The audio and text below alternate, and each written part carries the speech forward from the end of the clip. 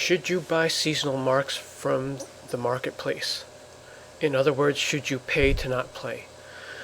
Stay tuned as we break it down in this video.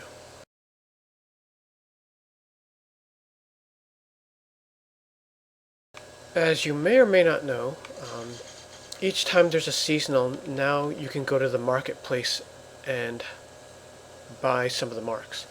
So currently it is February and the Valentine's Day event is in effect. So I believe it's the same price for every seasonal. It's 50 of the marks for 600 Daybreak cash or $6. So we're going to go through each seasonal on the calendar and break down the components to determine if it's worth it. A lot of it is my opinion, but it is also backed by the speed of each one as well as the number of divisions. And you will also notice traffic patterns if you're familiar with the DCUO calendar. Well, I was debating whether or not to start out with this one, but since we are going in chronological order, it is the anniversary and it does occur in January. So the anniversary event, yeah, it's the oddball of the mix because it follows a DLC structure rather than a standard seasonal structure. So yeah, this one's probably the most debatable one because the structure is so different and there's lots of components. So the side where it's pro buying the marks is if you're a new player coming in, and that should be common this time of year because the anniversary does bring in a lot of new players. Grinding the vendor each year can be really tedious in this particular event. In many of the years you had to complete an 8-piece armor style, so there is a lot to buy, and then you've got the base item feats and various like auras and materials like the special style items. So I would say if you're making up more than the current year plus one other, you're probably going to need to buy some marketplace marks. But if you're up to date, though, this event just has so many components. It's got like, you know, the open world dailies. There's I think 4 of them. Then you've got the solo mission. You've got 2 weeklies in the open world, and then you've got 2 raids. And the raids, they award you a lot, especially Centennial Collapse for the amount of time you spent in there. When this event first came out, Centennial Collapse was actually a daily. So what they did was when they turned that into a weekly raid, they compressed like the daily grind into it. So you gain a lot of those the Quardian marks from that particular raid. So with that in mind, it makes the marketplace marks less economical because you gain so much just by playing the game. So yeah, you would just have to see where you lie between those 2 points for this particular event. Valentine's Day probably has the quickest answer, and that is no, do not buy marks from the marketplace. That's because the inside and outside are both very fast for Valentine's Day. It was one of the newer events in the seasonal format to be developed, so it was made to be really efficient. They didn't want people to be lingering in it, so it does happen pretty quickly. I mean, the inside and outside are so fast, I even threw out the race in this one because the race is kind of tedious. But even if you just count the inside outside for 9 marks and the time spent, you should definitely not buy the marketplace marks for Valentine's Day. St. Patrick's Day, like Valentine's Day, is another quick answer. Do not buy the marks.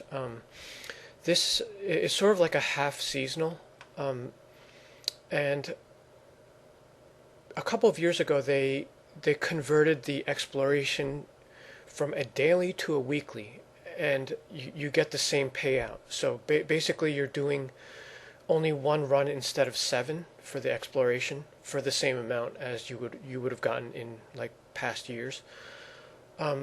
So that aspect of it makes the the resetting not economical, as well as buying the marks, because you earn, like Valentine's Day, you earn a lot for a short period of time. So yep, another quick one: do not buy them for St. Patrick's Day. Historically, Spring has not had a good reputation. When it first, in the earlier years when it first launched, the alert part was really difficult. Like some people actually didn't even run it. Like I didn't run it in the beginning because it took up too much time. But they have since made the gas affect the whole room, because before you had to try to kite the boss into it, and he was like fully scripted, so you couldn't do it. But it's gotten significantly faster.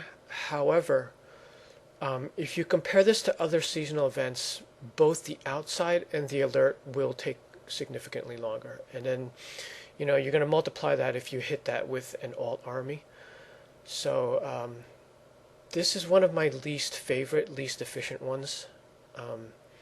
So I would recommend buying marks if you want to take some time off, or if you just want to skip this seasonal altogether and just buy it out. Which is actually what I'm considering, because now that they saturated the calendar full of seasonals, I think you're going to get burned out if you try to go hard at every single one of them. So I would recommend taking, maybe every other one or every third one off, and this would be the one. Since Valentine's Day is fast, St. Patrick's Day is fast, so you're going to hit like a speed bump with Spring. Summer is another historically annoying one. But like Spring, they have evaluated it, and they went back and made some adjustments to the objective numbers. I would say the outside is still annoying because, I don't know, just the way the mechanics work. If you get hit going ship to ship, it slows you down. So on occasion, this one can like end up lingering on the outside. The inside part is really fast. Unless you're going for the Mutineer feat or something, but a normal run is pretty fast now because, again, they made adjustments to the difficulty and the way the turrets and consoles work. Yeah, this one, it is worth buying because the outside is annoying, in my opinion. But with the inside making it up, that sort of makes it arguable. Like if you bought out Spring, maybe you want to play this one, so, and vice versa. So yeah, this one sort of is in the middle. I typically play it out though. So after Summer is probably where they're going to place the recurring STU, or Save the Universe, event. This one hasn't been consistent yet because it's still relatively new, and I think they're trying to feel it out because it didn't occur the same time in the past 2 years. But after Summer is sort of when they have that spacing to do that. But Save the Universe, you're not going to be able to buy the marks. I actually think you do have to grind this one out. But it's sort of like optional because it happens. You're building towards the same CR as the DLC that you're on. This one just helps you get like another suit of armor for your other role. But yeah, this one breaks from the seasonal structure. I mean, they are classifying it as a seasonal, but it doesn't work in the same way. So the marketplace is redundant on this one. Survival mode was another like floating event that could occur anytime, but like Save the Universe, it is likely to happen sometime after the summer event because it's not a normal seasonal, and you're going into that lull period again. But surprisingly, you can purchase marks for the survival mode event. But remember that survival mode is divided into two vendors. You basically have like some nice cosmetic stuff for the common marks, but all the good stuff and like high tiered pets and stuff they're locked by the rounds you complete, and they're on a different vendor. So while you could purchase marks, you will still be locked from those items. So for survival mode, since it's very, very optional, if you don't plan on playing this, if you're not accustomed to playing this, then you might want to pick up the marketplace marks to get some of those cosmetic items. But also of note, none of them add up to feat points. So again, this whole thing is optional. Buy them if you like the things in the vendor. Now, Homecoming is the newest seasonal event that was developed, and it is slightly different in that the outside part is split in two. So in this case, I'm going to recommend buying the marks from the marketplace because of when you factor in the cost of the number of resets it takes to reset one day. In most seasonals, you would just reset the outside and or reset the inside. For Homecoming, the outside actually takes two resets to equal the same amount of marks as one of the other seasonals, because it's split into two carnival events. So yeah, if you wanted to get marks quickly, it's cheaper if you just buy the marks outright rather than trying to reset the event. So this one, it's a little bit more economical, and definitely do not buy resets for this one because you're not getting the same amount back compared to other events. Halloween also had an adjustment pass, and this one actually is different on the hero and villain side. For the outside, the hero side was adjusted so that it's pretty quick. However, on the villain side, it does linger a bit longer because you get less points per objective compared to the hero side. So the outside overall is kind of in the middle as far as being tedious. The inside is going to be longer than other events because there are locked phases for the boss. And then you are going to get groups that don't follow the mechanics. And in this case, the mechanics are very enforced because it actually doesn't move on if you don't complete the mechanics. So for Halloween, I would recommend buying from the marketplace if you need an extra boost or if you want to skip it altogether. The Christmas seasonal run is actually probably equivalent to Halloween, where the outside is a little bit tedious because you get CC'd and encased a lot, so that does take off the time. And then the alert does have enforced mechanics as well.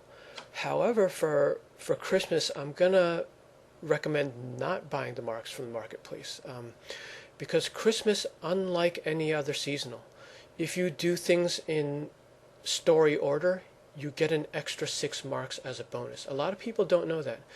So if you pick up the mission, you do the outside, complete the journal, run the inside, complete the journal. You get 16 marks rather than the standard 10. Now this is also not including the vault, which they added, so it would be 17. But that additional 6 just from completing the journal is not available in any other seasonal, and that makes it worth playing rather than buying the marks from the marketplace. So yeah, if you look at it from the perspective, the marks from the marketplace is 50 for every seasonal, and then you apply that to the amount that you're saving, the effort that you're saving in the game. So that bonus for Christmas does make it worth it to play out.